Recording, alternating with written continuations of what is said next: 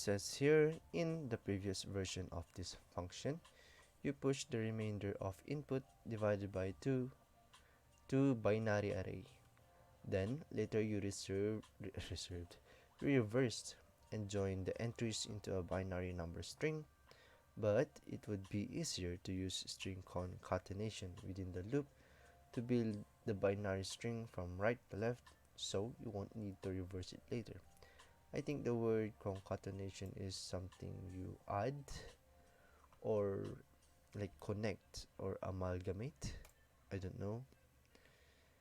Combine. Yes, we are right.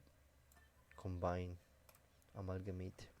Anyways, first use the remainder operator, which is the modulo, to set binary equal to the remainder of input divided by 2. Hum. How do you do that? Set binary remainder operator equal to the remainder of input.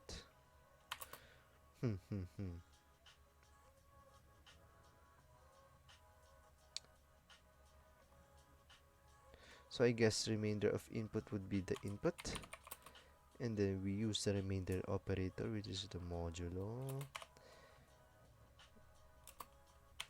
which would then be divided by 2, I guess. Yay.